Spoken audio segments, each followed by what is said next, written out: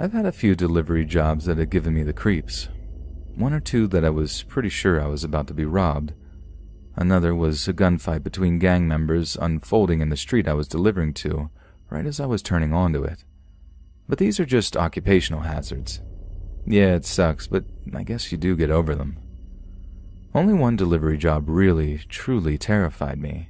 The only one that scares me to think about even today.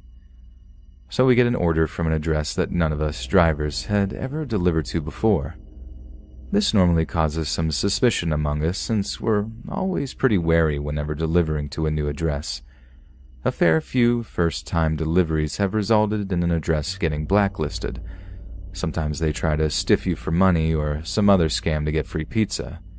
Generally speaking, the drivers take turns delivering to a new address, and this time, it just so happened to be my turn. So once the order is completed and the pizzas are boxed up, I take them out to my car and punch the address into my sat-nav. It turns out the address is right on the edge of our delivery area, pretty much in the middle of absolute nowhere. It dawns on me that this could be the oldest trick in the book. Call the pizza into some hard-to-reach location, then demand it to be free once it takes more than 45 minutes to deliver.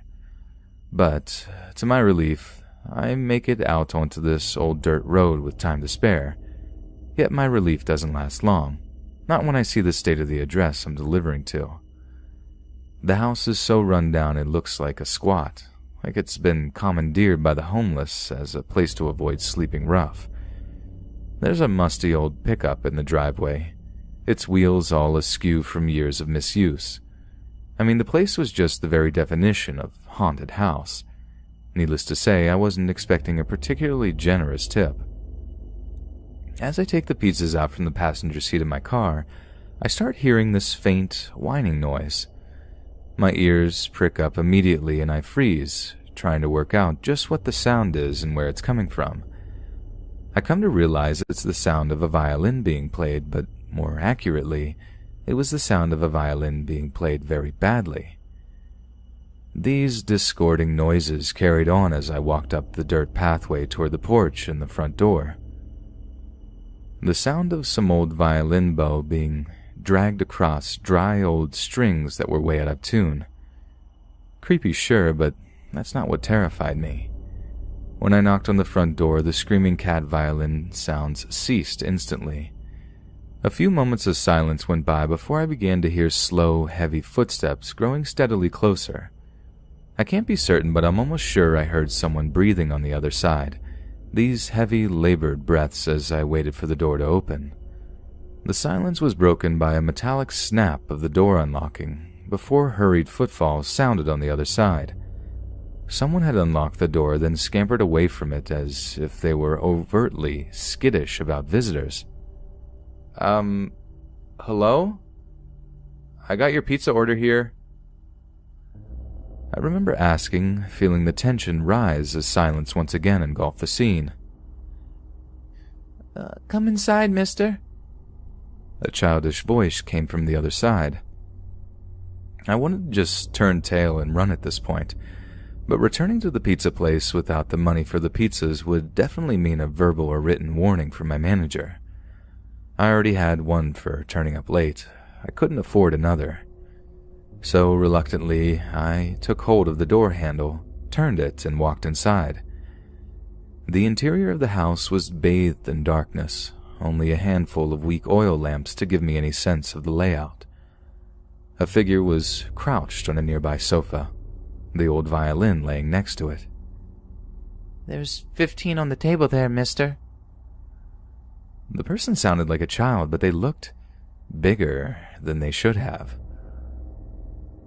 On the small, dusty coffee table in front of the couch, there's a pile of change in little piles. Normally, I'd have taken issue with this, but to be honest, I was desperate to get out of there at that point. I'd have taken any form of currency. As I stooped down to start sliding the little piles of coins into my cupped palm, I started to hear the kid's labored breathing again, but I dared not look towards him. I could see its legs in my peripheral vision, and even then, I could see how unnaturally long they were. This person was not a child. Sorry about the coins, mister. I saved them up. I saved them all up to afford this treat for myself. It's all I have. I had told the person not to worry in the sunniest disposition I could muster. The last thing I wanted to do at this point was upset them. I pocketed the coins, barely having counted them. I'd come up with the difference myself if I needed to. Like I said, I just wanted to get out of there. But as I turned to leave, hastily thanking the person, I caught a glimpse of the person's face in the low light of the oil lamps. They were burned, horribly burned up and down their arms and chest. The scarred flesh extended all the way up their face and head. Only the person's features were obscured by a small rubber mask. The mask didn't even cover up their entire face, only a small central portion that concealed their eyes, nose, and mouth. The only thing I could really make out was that the mask had a long wooden nose, kind of like the puppet Pinocchio, whose nose would grow whenever he told lies. The small carved eyes were blank. I averted my gaze from the mask and was unable to return it. It was one of the most hideously sad and scary things I'd ever laid eyes on. Just as I had reached the front door, I heard that same childlike voice emanating behind me. Want to hear me play a song, mister? Before I even had the chance to answer to tell them I was too busy with deliveries to hang out, they had grabbed the old violin next to them and began to whine out of tune. Although the strings were almost totally out of tune, I started to make out the tune they were trying for. You know the one. If you go down in the woods today, you're sure of a big surprise. If you go down in the woods today, you better go in disguise. For every bear that ever there was will gather there for certain, because today's the day the teddy bears have their picnic. I was in the back of the driver's seat of my car before you could say, "Nope, I'm out," scrambling to start the engine so I could make a quick getaway. I don't think they had any intention of hurting me. I certainly wasn't as in much danger as when those idiot Crip and Blood wannabes decided to shoot it out like right in front of my car. But something about that place still creeps back into my mind while I lay there in darkness trying to sleep. Something that means I'll never, ever make another delivery there. I'll quit before I go back.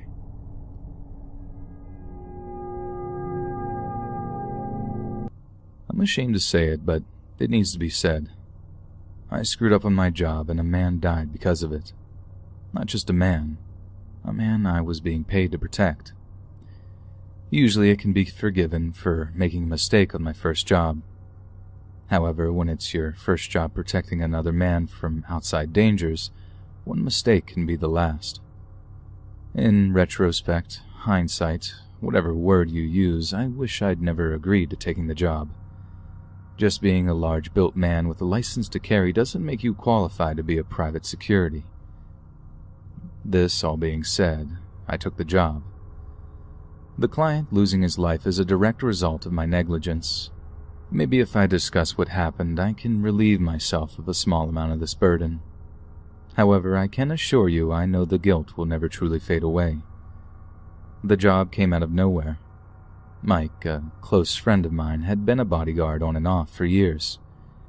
He made it clear the job was a one-time only deal. No other guys he knew were available on such short notice. His next client was coming into town in the morning. Mike needed someone with a carry permit to back him up. He knew I had one, so I got the call. He assured me it wasn't a dangerous situation, but he liked to have another guy to watch his and the client's back. I was somewhat nervous initially, but the money I was offered was too good to pass up. We met up at his place later that night. He gave me a rough outline of what I was expected to do. Once it had been all laid out before me, it seemed simple enough. Although this would be his first time with this particular client, he assured me once more it would be simple. After all, the guys with the real problems always had their own staff. Our client was a regular suit and tie in town for some business. 4 hours of work and he'd be back on a plane home. The morning of the job, we met with the client at the airport.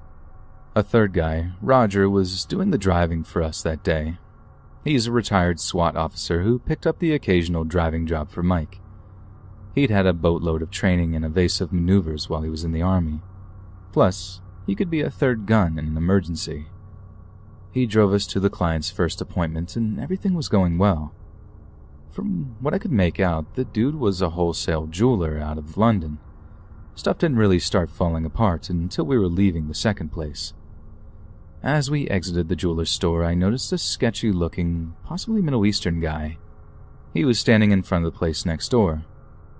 When he noticed us leaving, he pulled a knife from his pocket and ran towards us. Before he could get anywhere near us, I instinctively moved toward him. He turned and ran, and I foolishly gave chase. I'd gotten somewhere around 30 yards and heard a barrage of gunshots behind me. I turned around just in time to see Mike go down. The client was already on the ground and wasn't moving. Roger was standing next to the car, shooting at 2 men running from the scene.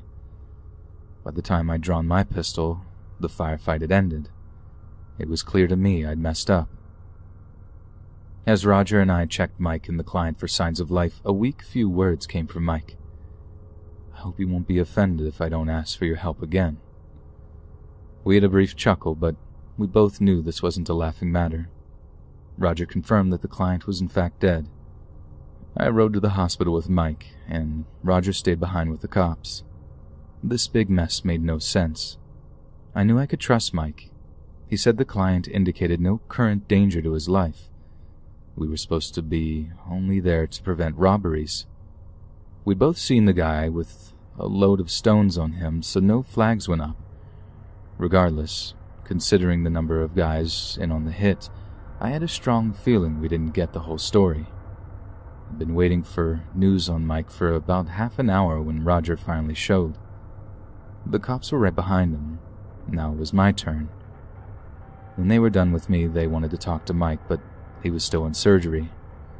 2 hours later, we got the good news. He was going to make it, but he'd be in the hospital for the next week at the least. For the next 9 days, I stayed at his side. It was the least I could do. The following morning, we had our first discussion since the shooting. "You do realize the guy with the blade was a decoy, right?" "Became pretty obvious once I heard you all yell at me to come back." "Listen, don't feel guilty. It's not your fault. I've fallen for dumber things than that." We continued our talk for a while until Mike fell asleep. No matter what he said, though, I'd always feel bad. A man lost his life, after all. The detectives showed up later that day and pumped him for any new info, but Mike had none. Mike was released 8 days later. Neither of us heard anything new until Roger called Mike 5 days later with some inside information he'd gotten from one of his pals. The client had been far from honest with us.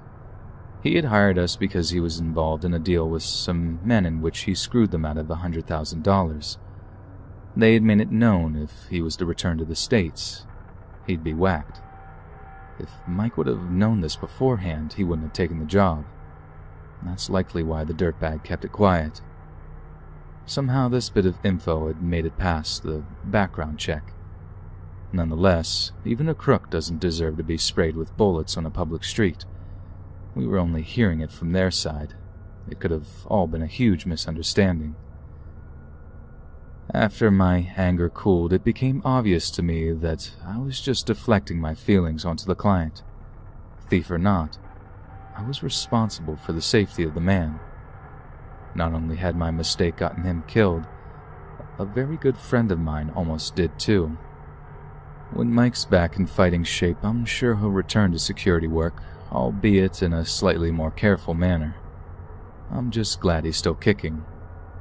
I hope he gets someone in the future far more competent than myself. When it comes to me, I think I'll stick to construction. It appears to be a whole lot safer.